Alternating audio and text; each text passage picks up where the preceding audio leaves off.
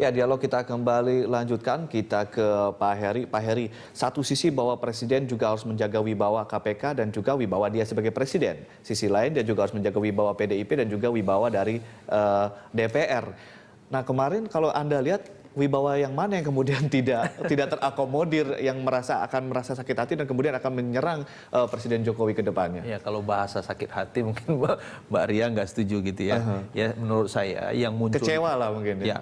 Yang muncul di publik itu saat ini adalah pertama tadi yang saya katakan bahwa seolah-olah PDIP dan Presiden itu dihadap-hadapkan pada persoalan calon Kapolri, khususnya pada BG.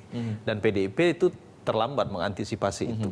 Pertanyaan misalnya Mbak Sade nanya, siapa yang melakukan itu? Tidak ada desain untuk melakukan itu. Jadi seolah-olah PDIP misalnya, ya tadi, keundahan nafas panjang tadi, seolah-olah misalnya Bu Mega mengatur pemerintahan dan lain sebagainya.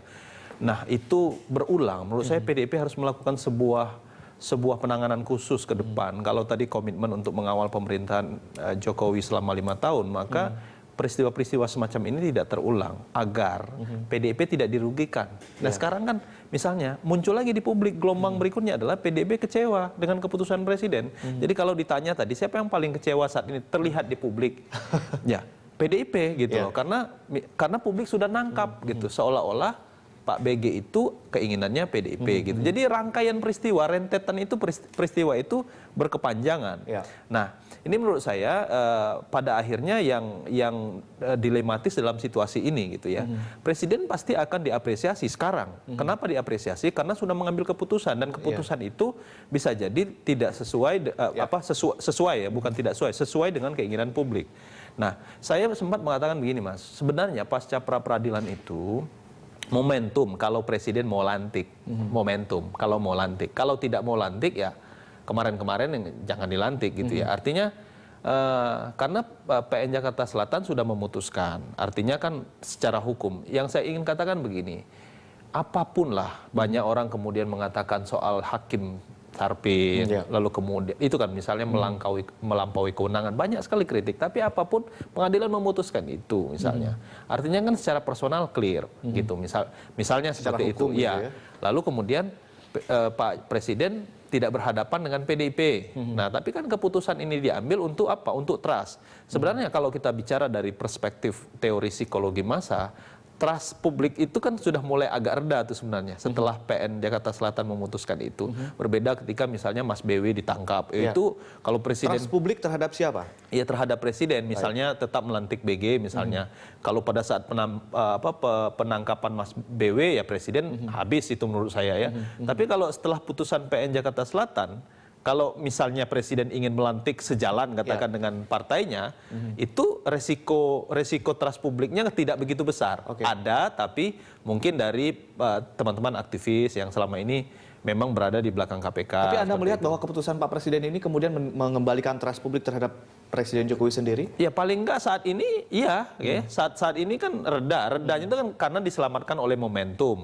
Bukan juga bahasanya bahwa saya kira Presiden juga cermat melihat kapan saya harus mengumumkan. Nah, ini besok besok ini reses, kemudian hari ini pas gitu. Nah, memang urusannya sekarang urusan elit, Mas. Jadi urusan yang besok ini urusan elit nih. 23 Maret tuh elit. Nah, elit ini kan itu tadi manuver politiknya luar biasa.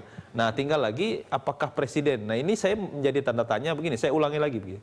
Untuk pemirsa Berita Satu saya ulangi lagi begini. Kalau DPR-nya adem-adem saja, ini masa reses, tidak ada gelombang mempertanyakan secara serius, terutama misalnya Komisi 3, lalu kelembagaan DPR-nya, berarti ada apa dengan DPR? Karena keputusannya ini berarti kan DPR diam saja keputusan yang diambil oleh mereka di paripurna. Nah, baru kemudian tadi saya katakan pertanyaan Mas Ade, ada apa? Ada deal kah di belakang itu dengan KMP? Karena PDIP jelas sekarang kan agak-agak sedih nih. Karena tidak diambil kan, nggak bisa ngelak kan, karena memang situasinya sudah seperti itu. Nah, baru mungkin ada korelasinya pertemuan Prabowo dengan Presiden, pertemuan Abu Rizal Bakri dengan Presiden. Nah, kita tunggu. Kalau besok gelombang itu keras sekali, nah ini juga membahayakan Presiden. Tapi sejauh ini Bu Ria, deal-deal apa yang dilakukan atau komunikasi politik semacam apa yang dilakukan dengan KMP sendiri sebagai oposisi? khusus untuk masalah ini mungkin? Maksudnya komunikasi politik siapa? Presiden atau antara PDIP dengan PDI Perjuangan? KMP? Kan dia Anda bilang bahwa tadi sudah mencoba untuk melindungi Pak Presiden sendiri. Apakah kemudian sudah dilakukan komunikasi politik di? Sebetulnya kalau komunikasi politik Atau mungkin deal-deal? Aduh, kalau deal-deal mana itu terlalu jauh ya cara pikirnya ya. Kalau komunikasi politik itu saya pikir sewajarnya kita sesama politisi ya pasti ada komunikasi politik. Kalau masalah pilihan politiknya nanti di pasca keputusan Presiden ini, sekarang ini kita belum bisa hitung karena apa? Ini masuk masa reses, anggota DPR-nya juga sedang turun ke daerah pemilihan masing-masing, kunjungan kerja, jadi tentu kita nggak bisa ukur eskalasinya seperti apa. Tapi ketika Jokowi menyiratkan ada komunikasi politik dengan Pak Prabowo dan juga Koalisi Merah Putih, apakah PDIP mengetahui itu atau merasa dilangkahin atau bagaimana? Kalau itu tanya sama Pak Presiden, ya, sama Pak Prabowo, yang pasti PDI Perjuangan melihat dan mencermati pertemuan itu dari jauh saja. Baik. Nah, kedepannya saya itu saja. Baik. Ya. Kedepannya di Komisi 3 akan seperti apa, Bu, sikapnya terhadap apakah akan dimentahkan mengenai pelantikan Kapolri yang baru ini? Saya nggak bisa katakan sekarang. Memang kemarin begitu ada di Presiden mengumumkan itu, kita baru selesai penutupan masa sidang. Dan untuk PDI Perjuangan sendiri, kita pada saat itu sedang rapat pleno penutupan juga masa sidang untuk siap turun ke daerah pemilihan masing-masing dan rencana kunjungan komisi kan. Nah, memang begitu ada keputusan itu, ya namanya anggota DPR RI, apalagi di luar dari prediksi. Ada-ada sajalah komentarnya kan gitu ya. Tapi apakah ini akan berkelanjutan nanti di 22 Maret pada saat kita masuk, 23 Maret pada saat kita masuk, saya tidak bisa bicara melebihi kewenangan saya karena kalau Komisi 3 itu tentu kita harus bahas dulu di rapat. Tapi sikap dari PDIP sendiri jelas akan mendukung keputusan Pak Jokowi begitu ya? Kalau kami tentu masalah keputusan Presiden terhadap yang calon Kapolri, kemarin juga masalah Perpu KPK, apalagi itu ya untuk kepentingan institusi KPK kita setuju. Bulat begitu ya? Kalau untuk menyelamatkan institusi KPK kita. Yang Kapolri sendiri bagaimana, Bu Ria? Dari PDIP sendiri? Kalau Kapolri, kalau itu keputusan yang diambil oleh Presiden seperti itu, menurut beliau yang terbaik di antara yang terburuk, PDI Perjuangan pada posisi seperti sekarang mendukung. Tapi tetap kita memang khawatir sejalan dengan kita selalu mengingatkan sebelum diambil keputusan bahwa bola ini kembali lagi ke DPR RI dan parlemen ini isinya 560 kepala dan PDI Perjuangan cuma 109 orang.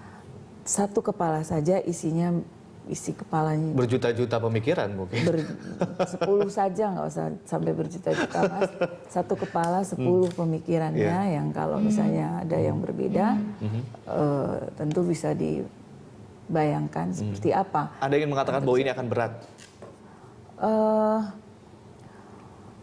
Tadi kalau saya setir ya Mas Heri ya, parlemen itu kan tempatnya mereka atau politisi yang memang bermacam-macam isi kepalanya. Dan satu lagi, memang DPR RI atau lembaga legislatif ini kan memang tugasnya mengawasi kinerja pemerintah Presiden. Jadi isinya memang begitu dan kewenangannya memang begitu. Jadi kalau ada keputusan yang dianggap mereka seperti apa, itu yang kita antisipasi PDI Perjuangan saat ini.